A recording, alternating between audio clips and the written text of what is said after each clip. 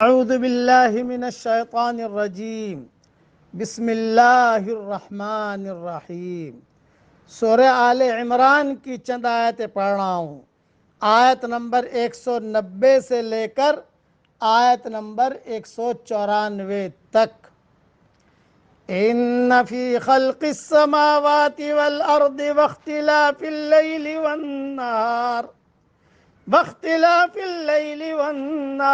لآیات لأولی الالباب۔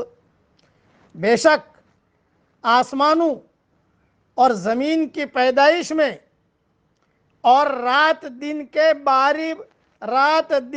باری باری آنے میں عقل والوں کے لیے بہت نشانیاں ہیں۔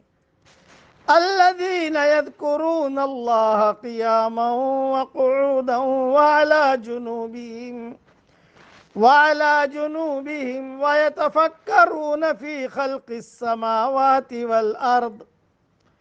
جو کھڑے اور بیٹھے اور اپنے کروٹوں پر اللہ کو یاد کرتے ہیں اور آسمانوں اور زمین کی پیدائش میں غور کرتے رہتے ہیں، وہ کیا اٹھتے ہیں؟ ربنا ما خلقت هذا باطلا، اے ہمارے پیارے رب، آپ نے یہ سب بلا وجہ نہیں بنایا۔ سبحانک فقنا عذاب النار، آپ پاک ہیں، بس ہم کو آگ کے عذاب سے بچا لیجئے۔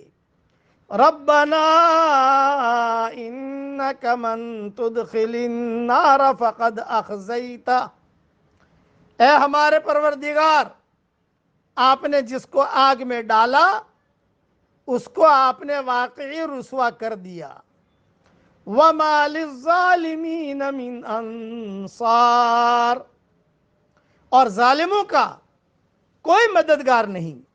ربنا اننا سمعنا منادیا ینادی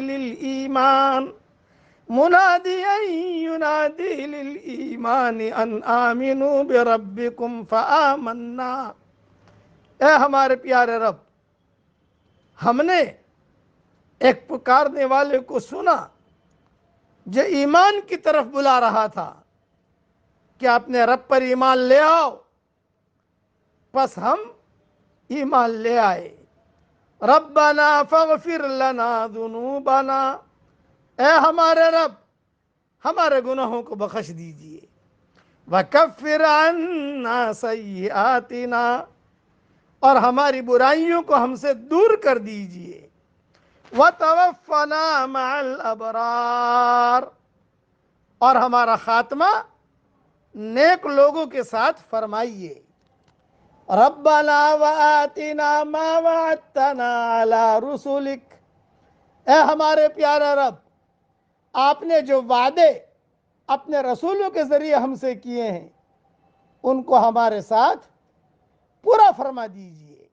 وَلَا تُخْزِنَا يَوْمَ الْقِيَامَةِ، اور قیامت کے دن ہمیں رسوائی میں نہ ڈالیے۔ اِنَّكَ لَا تُخْلِفُ الْمِيعَادَ، بے شک آپ اپنے وعدے کے خلاف کرنے والے نہیں ہیں۔ یہ زبردست اللہ تعالیٰ کی معرفت اور حکمت کی آیات ہیں۔ حضرت محمد صلی اللہ علیہ وسلم تہجد میں جب اٹھتے تو وضو کرنے سے پہلے حدیث شریف میں آتا ہے کہ ان فی خلق السماوات سے لے کر آخری صورت تک یہ آیات حضرت محمد صلی اللہ علیہ وسلم رات کو جب تہجد کے لیے اٹھتے تو پڑھتے اور اس کے بعد وضو کرتے۔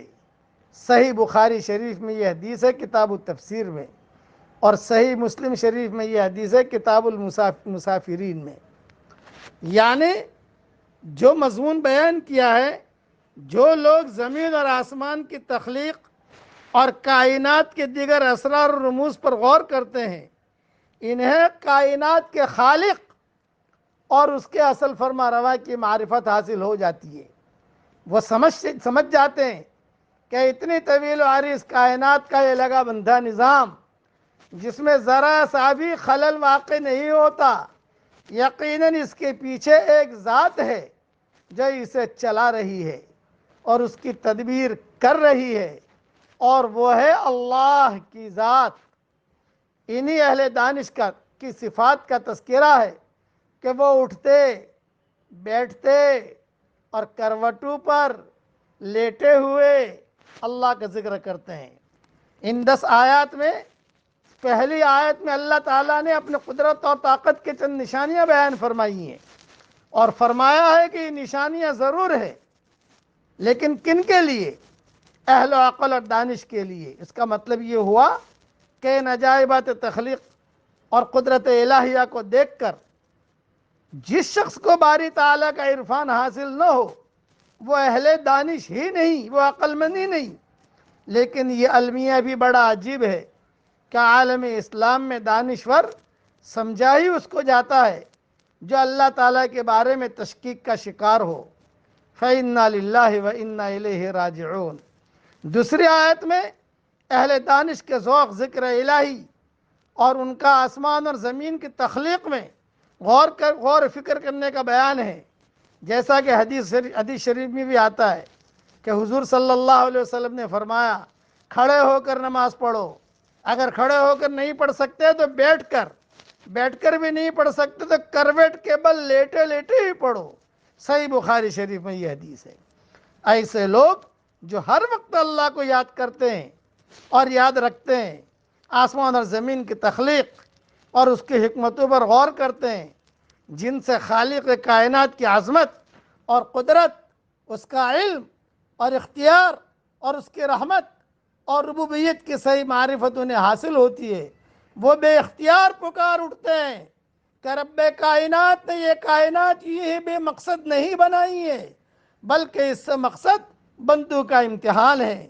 جو امتحان میں کامیاب ہو گیا اس کے لیے ابدالآباد تک جنت کی نعمتیں ہیں، اور جو ناکام ہوا اس کے لیے عذاب نار ہے، اس لیے وہ عذاب نار سے بچنے کی دعا بھی کرتے ہیں۔ اس کے بعد والی 3 آیت میں بھی مغفرت اور قیامت کے دن کی رسوائی سے بچنے کی دعائیں ہیں۔